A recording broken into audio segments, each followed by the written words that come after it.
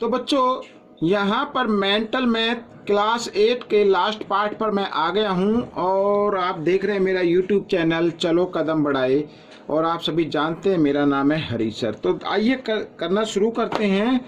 Question number 46 क्या कहता है, जल्दी से कर लेते हैं और बहुत ईजी है।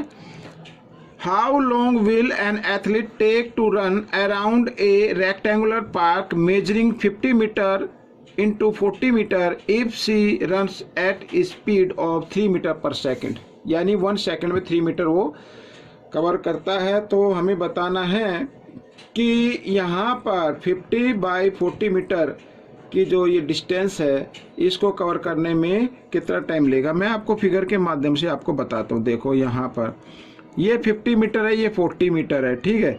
इधर से ऐसे जाएगा, फिर इधर फिर इधर फिर इधर, 1 राउंड कंप्लीट करेगा, मीन्स इसका पेरीमीटर, ठीक है। तो पेरीमीटर क्या होता है पहले हम वो निकाल लेते हैं, क्योंकि पेरीमीटर इसे कवर करना है। पेरीमीटर ऑफ पार्क,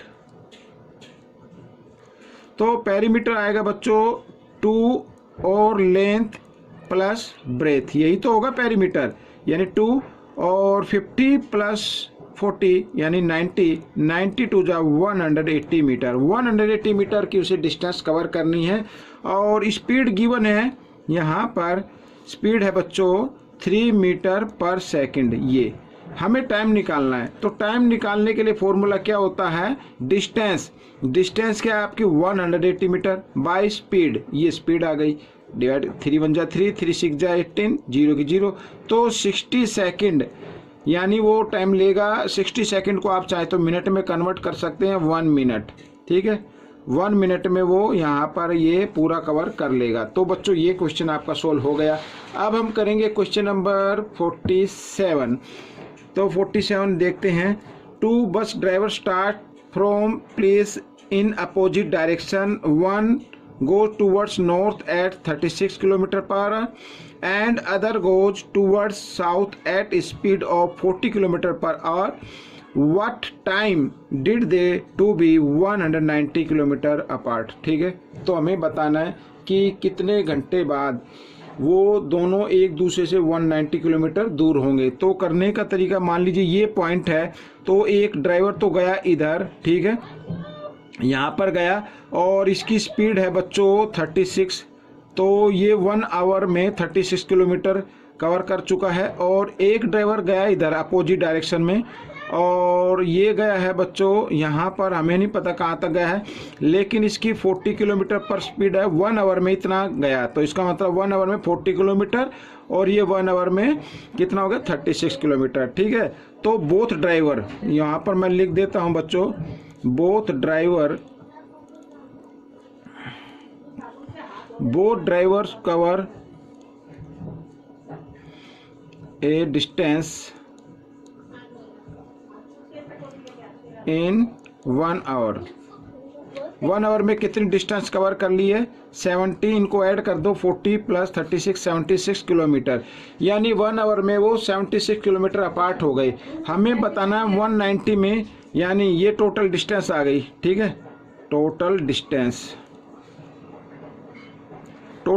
है 190, तो 190 किलोमीटर। और ये आप मान लीजिए दोनों की स्पीड आ गई, ठीक है, दोनों की क्या ये स्पीड आ गई, यानी 76 किलोमीटर पर आवर की ये दोनों की स्पीड है। तो हमें फाइंड आउट करना है टाइम, ठीक है। तो टाइम फाइंड आउट करने के लिए ये टोटल डिस्टेंस ऊपर आएगा और जो दोनों की स्पीड है 36 किलोमीटर और प्लस 40 किलोमीटर पर आवर, इसको आपको लिख देना नीचे इसे ऐड करके, और इसको आप कर दीजिए क्या, डिवाइड कर देते हैं, ठीक है। तो आपका आंसर आ जाएगा। आइए करना शुरू करते हैं। तो 2 से कर लेते हैं पहले। 2 3 जा 6, 2 8 जा 16 और यहाँ से 2 9 जा 18, 2 5 जा 10, इस तरीके से, ठीक है। आगे ये हो जाएगा 19 की टेबल से, 19 2 जा और 19 5 जा, ठीक है, यानी 5/2, ये आ गया आवर। अब आप कहेंगे सर ये आवर को समझ में नहीं आया, आइए मैं आपको बताता हूँ करना कैसे है। इस 5 को आप 2 से डिवाइड कर दे, 2 2 जा, ठीक है, 4, यहाँ पर बच गया 1, यानी कि 2 आवर और 1/2, ये तो आपको समझ में आया होगा। अब आप कहेंगे सर ये भी समझ में नहीं आया, तो आइए कोई बात नहीं। तो 2 आवर, यहाँ पर ये 2 आवर और ये भी आवर है, ये हाफ आवर अगर समझ में नहीं आता तो हम इसके क्या कर लेते हैं, इसके हम मिनट बना लेते हैं। तो इस हाफ आवर को 60 से क्या कर दे मल्टीप्लाई, तो यहाँ पर आ जाएगा 30, तो 30 मिनट, ठीक है। तो 2 आवर, ये आपका आंसर रहेगा 30 मिनट। तो इतने मिनट के बाद वो दोनों एक दूसरे से 190 किलोमीटर की डिस्टेंस पर हो जाएंगे, ठीक है। आइए करते हैं क्वेश्चन नंबर 48। तो 48 क्वेश्चन नंबर करते हैं। देखो ये तो क्या कहता है, Satyam has enough money to buy 60 oranges at ₹5 per orange, how many orange can he buy if the price is increase by ₹1 per orange, ठीक है। तो वो कितने ऑरेंज खरीद पाएगा यदि उसका ऑरेंज का रेट जो है ₹1 और महंगा हो जाए। अभी उसके पास पैसा है, अगर ₹5 का ऑरेंज है तो 60 ऑरेंज परचेज कर लेता है, लेकिन इसमें कहा है कि 1 ऑरेंज ₹1 इंक्रीज हो गया, यानी 5 का था अब 6 हो गया, तो रेट क्या हो गया मोर, ठीक है। तो इंक्रीज हो गया, तो इसका मतलब ऑरेंज के नंबर जो होंगे वो क्या हो जाएंगे, डिक्रीज हो जाएंगे। तो इनवर्स प्रोपोर्शन होगा। आइए हम टेबल से कर लेते हैं इस क्वेश्चन को। और यहाँ पर बच्चों ये मैं लिख लेता हूँ एक तरफ ऑरेंज और एक तरफ लिख लेते हैं रेट, ठीक है ना। यहाँ पर तो ऑरेंज है बच्चों 60 और रेट आ रहा है 5। अब लिखा ₹1 महंगा हो गया, पहले 5 का था तो अब कितने का हो गया, ₹6 का हो गया। तो लेट कर लेते हैं एक्स। तो यहाँ पर आप देख रहे हैं मोर रेट लेस क्या हो गया ऑरेंज। तो ये बन गया बच्चों आपका इनवर्स प्रोपोर्शन। तो ऑरेंज को आप इनवर्स में लिख लीजिए x रेशो 60 और रेट को आप डायरेक्ट लिख लीजिए। एक को ही इनवर्स करना है, या तो आप ऑरेंज को कीजिए या रेट को कीजिए, ठीक है। तरीका वही होगा इस तरीके से। मल्टीप्लीकेशन ऑफ एक्सटर्नल टर्म यहाँ पर ये लीजिए और ये मैंने इंटरनल टर्म को मल्टीप्लाई कर दिया है।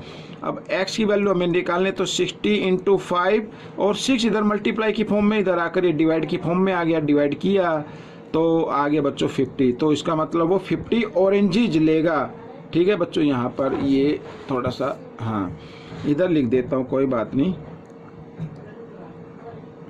50 ऑरेंजेज उसको वो परचेज कर लेगा। अब हम करते हैं क्वेश्चन नंबर 49। तो 49 रीड कर लेते हैं पहले। The cost of 32 packets of Vim each weighing 900 gram each ₹56। यहाँ पर है 32 पैकेट है यानी विम के, और एक विम का जो वेट है वो 900 ग्राम है, उनकी कॉस्ट आती है ₹56। What will be the cost of 27 packet, 27 packet की कॉस्ट फाइंड आउट करनी है। इफ ईच पैकेट वेट, यदि 1 पैकेट का वेट क्या हो 1 kg हो तो कॉस्ट क्या होगी। आइए करना शुरू करते हैं, टेबल से करते हैं। देखो थोड़ा सा मैं आपको बताना चाहूँगा, यहाँ पर बच्चों देखो 32 पैकेट हैं, ठीक है, और 32 पैकेट है, ये है वेट इनका क्या है 900 ग्राम है। यहाँ पर पैकेट लिख लेते हैं पैकेट और इधर लिख लेते हैं वेट 900 ग्राम। तो कॉस्ट कितनी आती है बच्चों इसकी 56 आती है, ठीक है, इस तरीके से। और आगे पूछा है कि 27 पैकेट हैं, ठीक है, और वेट कितना 1 kg। तो 1 kg में बच्चों आप जानते हैं 1000 ग्राम होते हैं, ठीक है। तो क्योंकि ग्राम दिया हुआ तो इसलिए हम इसको ग्राम में कन्वर्ट कर लेते हैं इस तरीके से।